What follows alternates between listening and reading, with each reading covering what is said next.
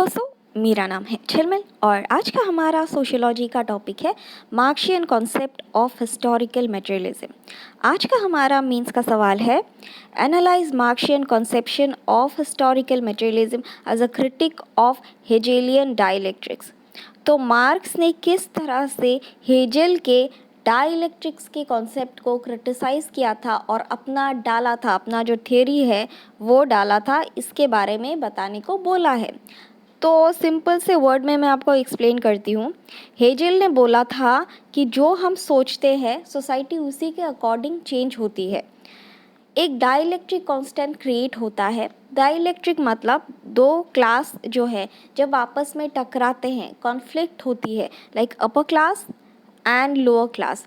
जब उन दोनों में कॉन्फ्लिक्ट होती है तो सोसाइटल चेंज आती है and that is called as dielectrics. और ये कॉन्सेप्ट लेके आए थे हेजल। तो मार्क्स ने कहा था कि सब कुछ तो ठीक है, it's I agree with you, societal change आती है, क्लास कॉन्फ्लिक्ट्स आती है, बराबर, लेकिन ये इंसान की सोचने की वजह से नहीं, मटेरियलिस्टिक वर्ल्ड की वजह से, मटेरियलिस्टिक चीज़ों की वजह से आती है। तो कार्ल मार्क्स ने इसमें एक एडिशन डाला, दैट इज़ मटेरियलिस्टिक डाइलेक्ट्रिक्स। क्योंकि कार्ल मार्क्स जो है वो हमेशा वर्ल्डली चीज़ों में, मटेरियलिस्टिक चीज़ों में बिलीव करते थे। वो बोलते थे कि पैसों की वजह से ही सब कुछ हो रहा है, जो मार काट रहे हैं पैसों की वजह से ही है, और काफ़ी हद तक ये सही भी है। ठीक है, इसको अगर जिन लोगों को टैरो की समझ है मैं बताती हूँ। जो हेजल था उनकी एनर्जी पेज ऑफ कप्स की एनर्जी थी, मतलब वो हमेशा इमोशनल पॉइंट ऑफ व्यू, दिल से सोचना, पेज ऑफ कप्स की एनर्जी थी, या फिर किंग ऑफ कप्स की एनर्जी, मतलब कप्स की एनर्जी, कैंसर पाइश स्कॉर्पियो की एनर्जी थी उनकी। ऑन द कॉन्ट्ररी जो कार्ल मार्क्स थे वो पेंटेकल्स की ऊर्जा में थे। पेंटेकल्स मतलब अर्थ साइंस, जो अर्थ साइंस के होते हैं वो हमेशा money minded, not in the negative sense, but वो लोग ज़्यादा प्रैक्टिकल होते हैं, ज़्यादा मटेरियलिस्टिक चीज़ों में उनका ध्यान ज़्यादा होता है। ऑन द कॉन्ट्ररी जो लोग पाइशियन एनर्जी में या फिर जो लोग कप्स की एनर्जी में होते हैं वो हमेशा सेंसिटिव होते हैं, इमोशनल होते हैं, कुछ कुछ तो इंट्यूटिव होते हैं। जो पाइशियस या मून, जिनका मून के ऊपर प्रभाव होता है, उनका इंट्यूशन बहुत स्ट्रॉन्ग होता है।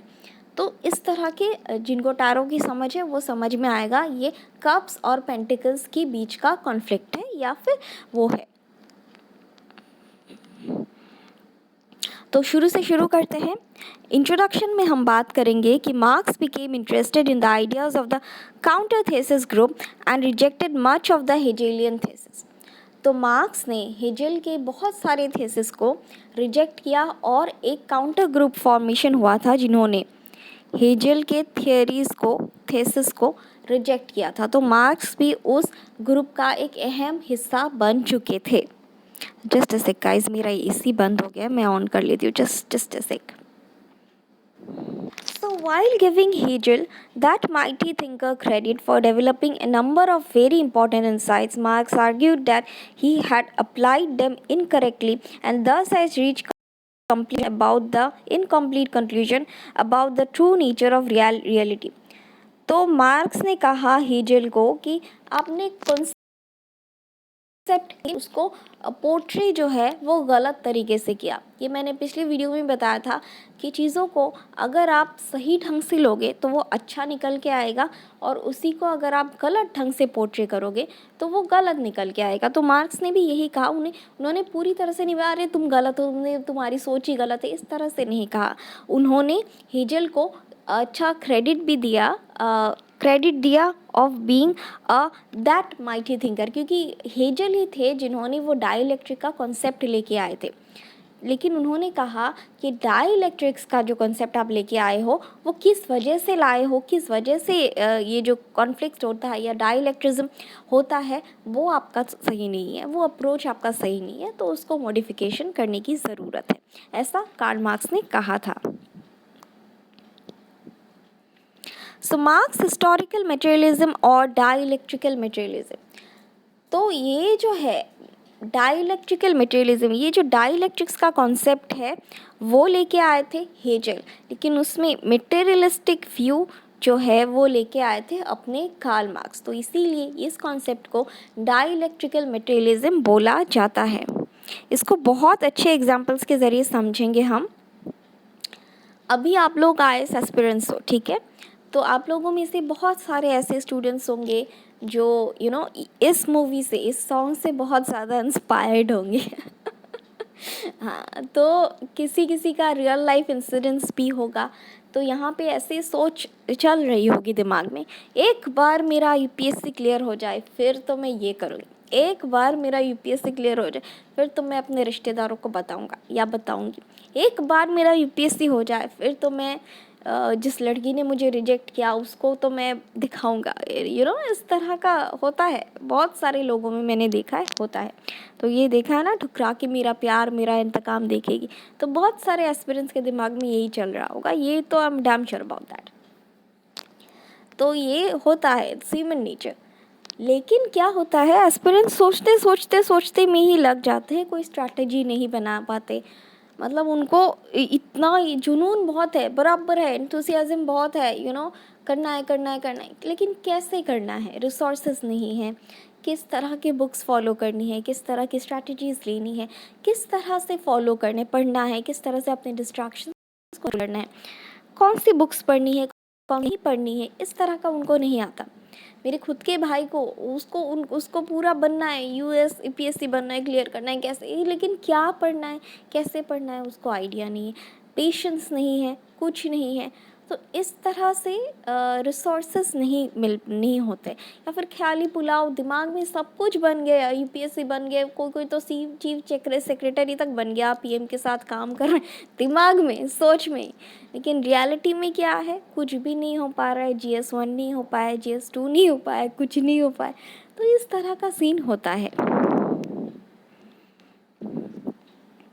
For Marx, it is quite inadequate to regard human history, the development of society itself, as merely byproduct of the quest for ultimate knowledge in the abstract realm of human consciousness.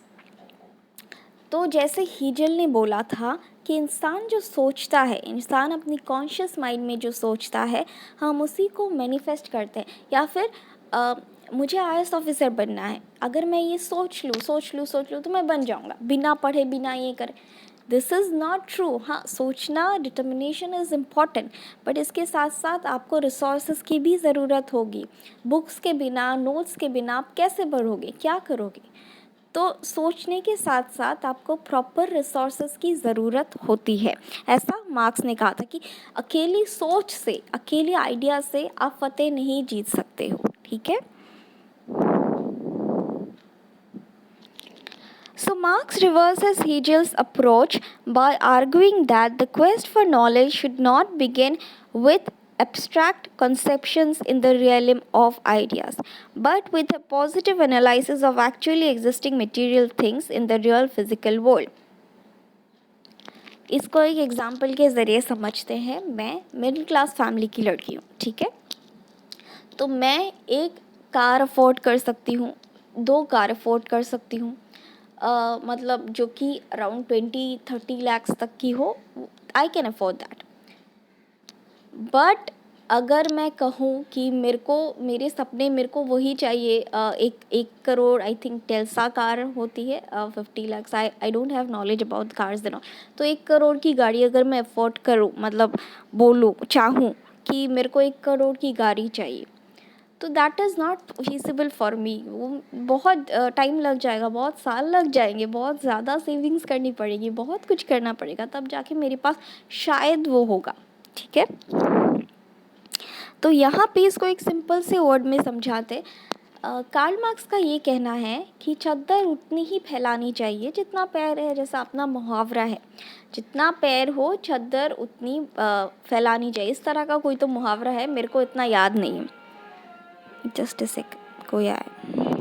तो इसको थोड़ा elaborately समझते हैं कि दोनों की किस तरह से कॉन्फ्लिक्टिंग थियरीज थी, हीजल की और मार्क्स की। इसको और थोड़ा अच्छे से समझते हैं। हीजल का जो था थिंकर्स जो थी, हीजल की जो थिंकिंग्स फिलॉसफीज थी, वो बेसिकली एक लॉ ऑफ अट्रैक्शन का ही स्वरूप था। लॉ ऑफ अट्रैक्शन में क्या होता है, बेसिक प्रिंसिपल ये होता है कि we attract what we are. जो हम सोचते हैं जैसा हम बनते हैं, हम उसी को अट्रैक्ट करते हैं। मैं एक लॉ ऑफ अट्रैक्शन कोच हूँ, तो मुझे पता है कि अगर आप किसी के लिए बुरा सोचोगे तो वो बुरा होके ही आपके लिए मैनिफेस्ट होके आएगा। तो we attract what we are. तो हीजल की जो थियोरी थी वो कहीं ना कहीं लॉ ऑफ अट्रैक्शन का ही स्वरूप था कि we attract what we are. जो हम होते हैं, जो हम सोचते हैं, सोसाइटी वैसी ही बन जाती है या फिर हम वही अट्रैक्ट करते हैं, उसी तरह की सोसाइटी को अट्रैक्ट करते हैं। While Hegel, in common with all idealistic thinkers, argued that the most truthful version of the world is the one that we hold in our consciousness. जैसे कि मैंने कहा, हम जो सोचते हैं वही होता है। द मोस्ट ट्रूथफुल वर्जन, जो जैसा हम सोचते हैं अपने कॉन्शियस दिमाग में, वही हम मैनिफेस्ट करते हैं, वही हम अट्रैक्ट करते हैं। Marx proposed the opposite or materialistic view, which is the most real version must be the one we can actually touch and feel. तो यहाँ पे मार्क्स ने कहा जो तुम्हारे पास होता है उसी के अकॉर्डिंग तुम सोचोगे ना। फॉर एग्ज़ाम्पल, मैं मिडिल क्लास फैमिली के लड़के हैं, अगर लड़कियां हैं, तो अगर अपने को मान लीजिए कोई फंक्शंस करना है घर पे, ठीक है, तो हम अपनी औकात, अपनी क्या बोलते हैं उसको हिंदी में, मेरे को नहीं वर्ड समझ में आ रहा, हम अपनी हैसियत के हिसाब से फंक्शंस रखेंगे। लाइक जिधर जितना हमारे बजट है उसके हिसाब से हम फंक्शंस रखेंगे, ठीक है। हमारे पास जितने पैसे उसी हिसाब से तो हम लोगों को खाना खिलाएंगे, पूरे शहर को थोड़ी बुलाएंगे एंड खिलाएंगे, दिस काइंड ऑफ थिंग ना।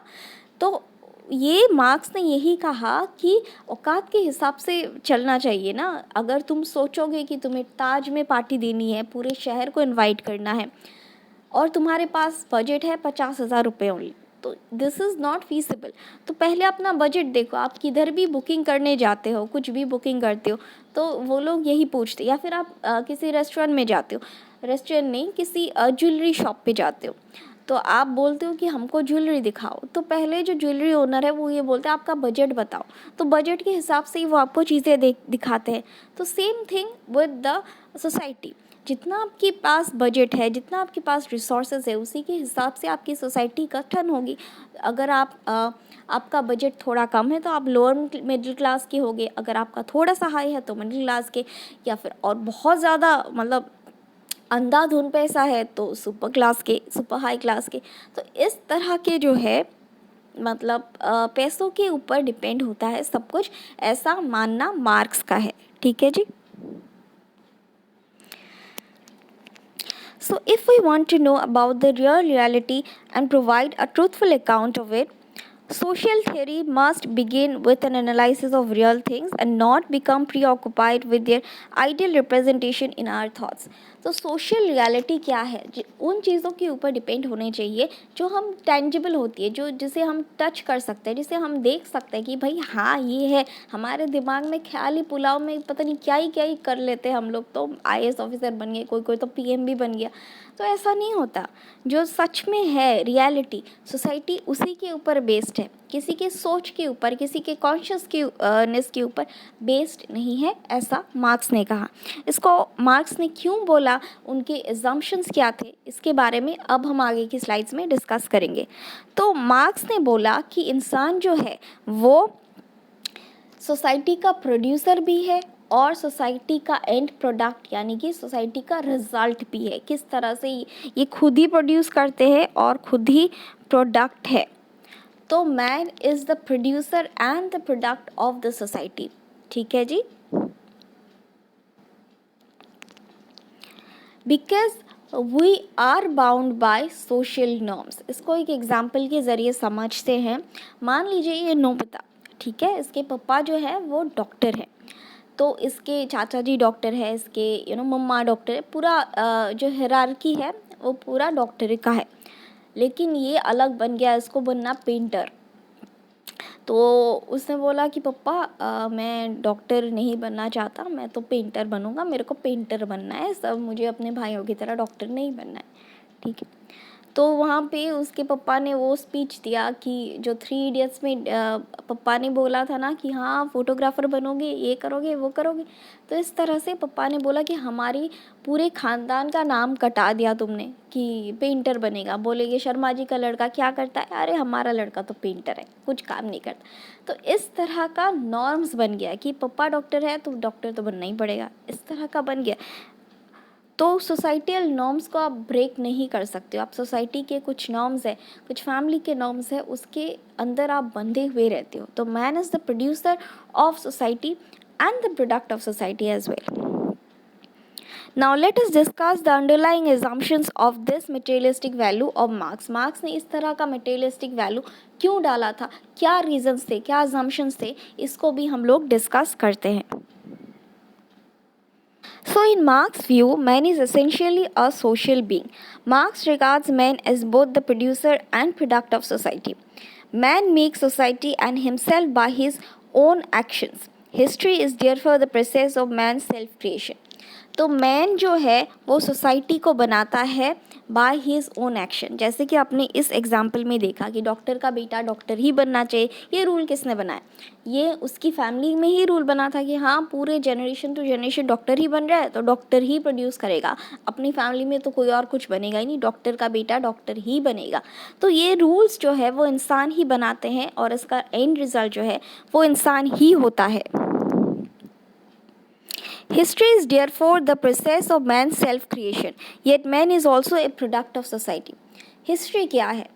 हिस्ट्री क्या है? हिस्ट्री जो है वो मैन के द्वारा क्रिएट किया गया ही प्रोसेस है। किस तरह से ये जो हिस्ट्री बनाया था इस केस में कि एक हिरार्की बना था, इसके पप्पा डॉक्टर थे, इसके दादाजी डॉक्टर थे, इसके सारे भाई डॉक्टर हैं, तो ये पूरा जनरेशन टू जनरेशन होके आ रहा है। तो ये किसने बनाया?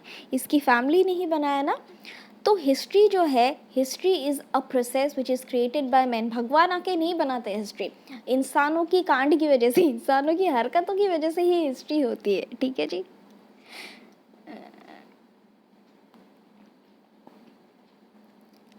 अब हम देखते हैं कि सोसाइटी में किस तरह के बहुत सारे ऑर्गेनाइजेशंस जो है उनकी टोटलिटी होती है। सोसाइटी क्या है? सोसाइटी बहुत सारे ऑर्गेनाइजेशन का मिश्रण है, खिचड़ी है, बिरबल की खिचड़ी। For example institutions of family, institution of economics, religion, education, state, सब कुछ मिला के ही एक सोसाइटी बनती है। आप एक सोसाइटी में रहते हो तो उसमें क्या मतलब, अगर एग्जाम्पल लेते हैं, एक मान लीजिए हाउसिंग कॉम्प्लेक्स है, उसमें क्या आएगा? आपकी फैमिली, उसके बाद उसमें एक दो स्कूल्स आएंगे, उसके बाद रिलीजियस मंदिर वगैरह आएंगे, उसके बाद इकोनॉमिक्स के लिए बैंक आएगा। तो सब कुछ मिला के ही एक this whole pyramid is called society.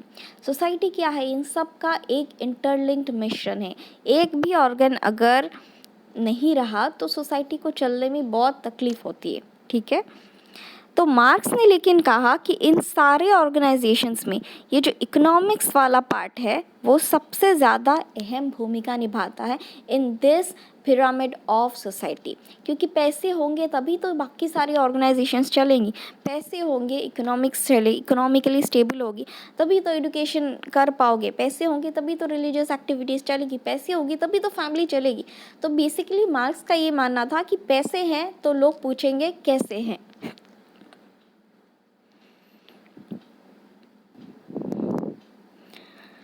So now we're going to study class struggle according to Marx. तो मार्क्स के हिसाब से क्लास स्ट्रगल क्या था? तो मार्क्स ने क्या किया था? सोसाइटी के जो लोग हैं उनको क्लासेस में डिवाइड कर लिया था, upper class, middle class, lower middle class और क्लासलेस। ओके।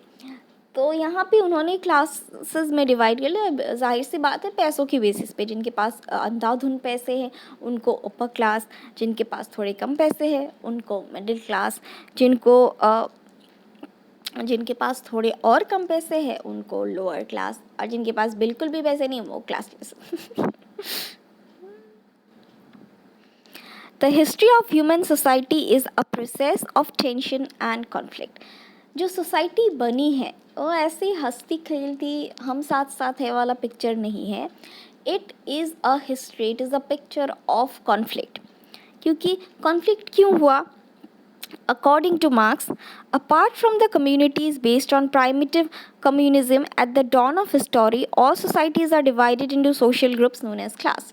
तो प्राइमेटिव सोसाइटी जो एग्रीकल्चर के ऊपर बेस थे उनको छोड़ के, वो उनको हम लोग इंक्लूड नहीं करेंगे, उनको छोड़ के और जो बाकी सोसाइटीज़ फॉर्मेशन हुई थी that they divided into different groups which are known as class.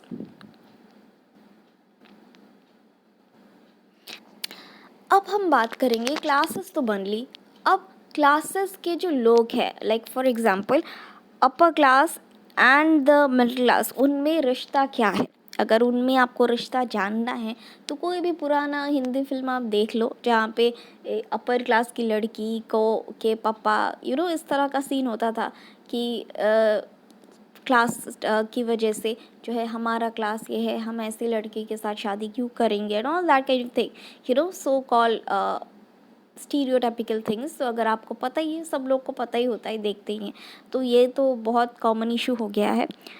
तो the relationship between one class and the other was that of conflict. ईर्ष्या था क्योंकि एक क्लास के लोग जो है, जो हाई क्लास के लोग होते हैं, वुमेन क्लास लोग के मतलब इस तरह से करते थे कि हम क्यों जाए, this is so pathetic and all that kind of thing. तो और ऑन द कॉन्ट्ररी जो मिडिल क्लास फैमिली के लोग थे दे वर ऑलवेज कि काश हमारे पास भी इतने सारे इस तरह का घर होता, इस तरह का सम काइंड ऑफ थिंग्स. तो ये अगर आपको बेहतर देखना है तो कोई भी हिंदी फिल्म उठा के देख लो, हर तरह के पुराने ज़माने के वही स्टोरी, वही घिसा पिटा, वही dialogue and all kind of thing, तो वही आपको मिल जाएगा. तो मैंने वो डाला नहीं है, वैसा आपको समझ में आ गया होगा. तो ये वाला फॉर एग्ज़ाम्पल यहाँ पे ये अपर क्लास के लोग जो हैं वैसे बोलते हैं मेरे पास गाड़ी है, मेरे पास बंगला है, मेरे पास ये है, मेरे पास वो है, तुम्हारे पास क्या है, कुछ नहीं है तुम्हारे पास, मैं क्यों दूँ अपनी बेटी. तो इस तरह से यहाँ पे ये बोलते हैं हाँ मेरे पास तो कुछ भी नहीं है, कुछ भी नहीं है, मैं क्या करूँ. So it is often argued that Marx's view of history is based on the idea of the dialectic. तो ये क्लास स्ट्रगल की वजह से हिस्ट्री फॉर्मेशन होती है और इसी क्लास स्ट्रगल की वजह से एक डाइलेक्ट्रिक फॉर्म होता है. The relationship between classes is one of antagonist and class conflict forms the basis of dialectics of social change. तो इस क्लास कॉन्फ्लिक्ट की वजह से ही एक तरह का चेंज आता है सोसाइटी में और यही क्लास कॉन्फ्लिक्ट जो है वो डाइलेक्ट्रिक को जन्म देता है. ठीक है, फॉर एग्ज़ाम्पल अब जब ये बंदा बोलेगा, जस्ट अ सेक, मेरे पास गाड़ी है, बंगला है, ये है, वो है, तुम्हारे पास क्या है. तो बट ऑब्वियस सी बात है, ये मेरे पास माँ है तो नहीं बोलेगा, ये बोलेगा हाँ भाई इसके पास तो सब कुछ है, अब तो ठुकरा के मेरा प्यार, मेरा इंतकाम देखेगी. तो ये इंतकाम दिखाएगा तो ये इससे भी ज़्यादा बढ़ने की कोशिश करेगा इसको सबक सिखाने के लिए. इस तरह का जनरल सीन होता है जिसकी वजह से सोसाइटी में चेंज आता है. ठीक है, पहले पलड़ा इसकी तरफ था, अब इसकी तरफ हो जाएगा. कल को ये किसी को एटीट्यूड दिखाएगा तो उसको मतलब हराने की कोशिश करेगा. तो इस तरह से सोसाइटी में चेंज होता रहता है जब क्लास कॉन्फ्लिक्ट होता है, एक तरह का डाइलेक्ट्रिक फॉर्मेशन होता है. ठीक है जी. It is often argued that Marx's view of history is based on the idea of dialectic. From this viewpoint, any process of change involves tension between incompatible forces. जब वो चेंज होता है, any process of change, ये दो इनकॉम्पेटेबल forces के बीच में एक tension, जैसे कि इन्होंने बोला मेरे पास गाड़ी है, बंगला है, ये है, वो है, तुम्हारे पास क्या है. तो हाँ टेंशन हुआ ना, कॉन्फ्लिक्ट हुआ, तो चेंज आ गया क्योंकि इसमें ये इंतकाम की भाव आ गई.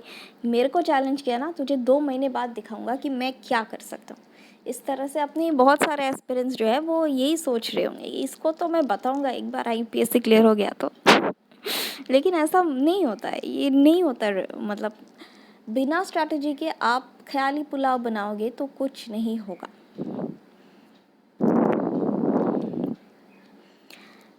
Dialectical movement therefore represents a struggle of opposites, a conflict of contradictions. So conflict provides the dynamic principle, the source of change. जैसे कि मैंने कहा conflict, जब इन दोनों में conflict होगा तो it will provide the dynamic force कि हाँ ये जब लड़ाई होगी तो ये इस पे भारी पड़ेगा, फिर वो किसी को एटीट्यूड दिखाएगा तो वो किसी मतलब जिसको वो एटीट्यूड दिखाएगा वो उस पे भारी पड़ेगा। तो इस तरह से ये कॉन्फ्लिक्ट जो है वो एक तरह का फ्यूल का काम करता है, जो डायनामिक्स चेंज होता रहता है, स्टैटिक नहीं होता है। अब हम देखेंगे हीजल की क्या आइडियाज़ थी basically. The idea of dialectical change was developed by German philosopher Hegel.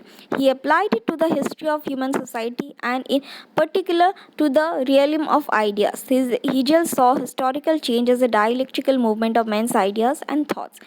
तो ये जो कॉन्फ्लिक्ट होता है, तो हिजल ने कहा कि ये जो कॉन्फ्लिक्ट आपने देखा अभी, ये जो कॉन्फ्लिक्ट होता है वो इंसान की सोच की वजह से, इंसान की कॉन्शियस थिंकिंग की वजह से होता है, और इसी की वजह से ये डायलेक्टिकल फॉर्मेशन होता है, इसी की वजह से सोसाइटी में चेंज होता है, लेकिन ये होता है इंसान की सोच की वजह से।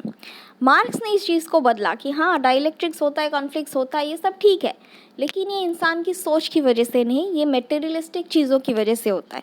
फॉर एग्जांपल, इस बंदे ने बोला कि आज मेरे पास गाड़ी है, बंगला है, ये है, वो है, तो मटेरियलिस्टिक चीज़ है ना इसके पास, तभी तो ये कॉन्फ्लिक्ट हुआ। तो मार्क्स ने बोला कि हाँ इंसान की सोच की वजह से नहीं, मटेरियलिस्टिक चीज़ों की वजह से ये कॉन्फ्लिक्ट होता है, मटेरियलिस्टिक चीज़ों की वजह से ये पूरा सोसाइटियल चेंज होता है, ये डायलेक्ट्रिक फॉर्मेशन होता है।